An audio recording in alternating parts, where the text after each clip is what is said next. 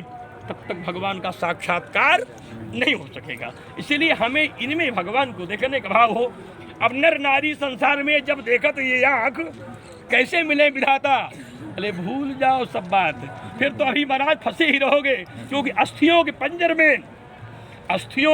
में फंसी है जिंदगी मेरी, अस्थियों के पंजर में फंसी है जिंदगी मेरी, मोह माया के बंधन से निकल नहीं पाता हूँ, उपदेश तो देता हूँ बड़े बड़े रोज मैं, अनुकरण के लिए एक कदम चल नहीं पाता हूँ, कैसे बताता हूँ सबको मिलेंगे ईश्वर खुद को, कभी एक भक्ति का भाव जगा नहीं पाता हूँ, औरों के लिए ज्ञान देना संसार में सहज होता, स्वयं ज्ञानी बन जाना अत्यंत ही कठिन है, पहले सुधर जाओ, इतना सुधारो बस, औरों को बचाने के लिए पहले तुम बचो खुद, यही राह तेरे लिए जिंदगी के लिए सबसे कठिन है, औरों को बचाने के पहले अपने को बचाओ तुम।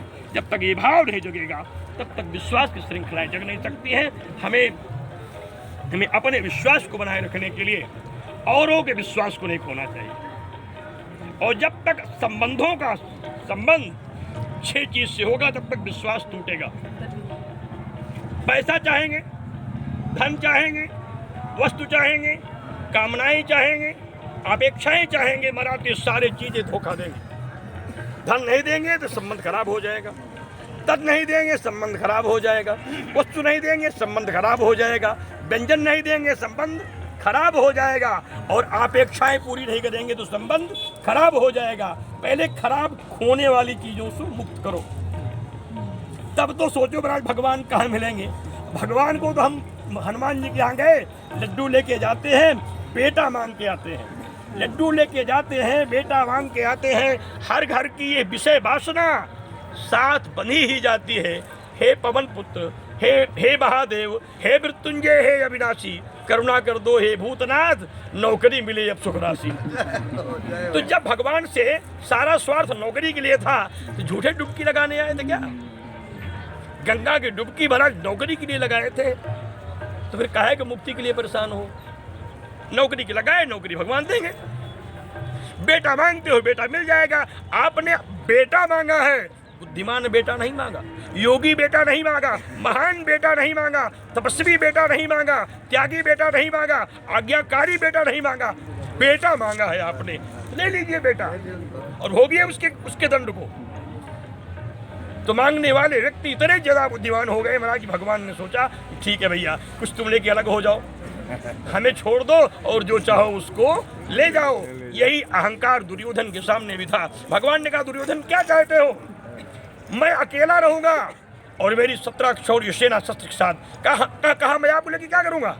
उनको भेजो मेरे साथ, शस्त्र चाहिए, अस्त्र चाहिए, पूरा धन वैभव का ले जाओ। परमात्मा वहां जाते हैं कहाँ, जहाँ कुछ नहीं चाहिए। तो हम लोग यहाँ 5 काम में ना फंसे, बाबा के चक्कर में ना फंसे, पंडित के चक्कर में ना फंसे, देने के चक्कर में ना फंसे और लेने के चक्कर में भी ना फंसे। ले जाओ, विभूति कल्याण हो जाएगा। यहाँ 2 दाता है, एक माई गंगा, एक भगवान अक्षय वट। फिर मैं कह रहा हूँ, और सब गरीब हैं, सब दरिद्र हैं। यहाँ कोई संपन्न नहीं है। मांगना हो तो माई गंगा से मांगो, अक्षय वट से मांगो महाराज, भजन करो और जाओ। ज्यादा झंझट में फंसोगे महाराज, बताओ कि स्वयं बाबा जी मिले थे, फंसा दिए हमको। तो बाबा तो फंसाते नहीं, बाबा के बेस वाले फंसाते हैं। कभी कोई बाबा आपको नहीं फंसाएगा, फंसाने वाले बाबा के बेस में हो सकते हैं। जो संत होगा महाराज वो ये काम करता नहीं है, इसलिए सावधान मैं रोज करता हूँ। और दान नहीं देना चाहिए, मेरी बात सुन लो, रिकॉर्ड कर लो। दान नहीं देना चाहिए।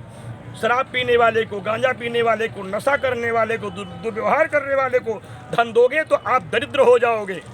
लिखा है दान सोच समझ के दीजिएगा। जिसको दान दोगे, दान का दुरुपयोग हुआ तो आपके यहाँ लक्ष्मी अरिष्ट हो जाएंगी, दरिद्र हो जाओगे। इसलिए कुपात्र को दान नहीं देना चाहिए। भोजन करा दो, कपड़ा दे दो, ठीक चलेगा, लेकिन दान देना है सोच समझ के देना। और कोई बाबा कहे लाओ बता दो भाग्य में क्या लिखा है, जान लेना महाराज कि बाबा को जानता नहीं। जो कहा है बता दू जान लेना, महामूर्ख है महाराज वो। अरे इतना जानकार होते महाराज तो अपनी भाग्य देख लिए होते। अपनी भाग्य नहीं देख पाए, आपकी भाग्य को क्या बताएंगे? दूसरों की भाग्य बताने वाला अपनी भाग्य को नहीं जानता, और जो जानता है वो ये बोलेगा नहीं। क्या ये हम आपको बता दें, क्योंकि महाराज वो ऐसे ही गंभीर बना रहेगा। न्यूज़ वाले महाराज कुछ नहीं। जय महाकाल की संसार का काम है।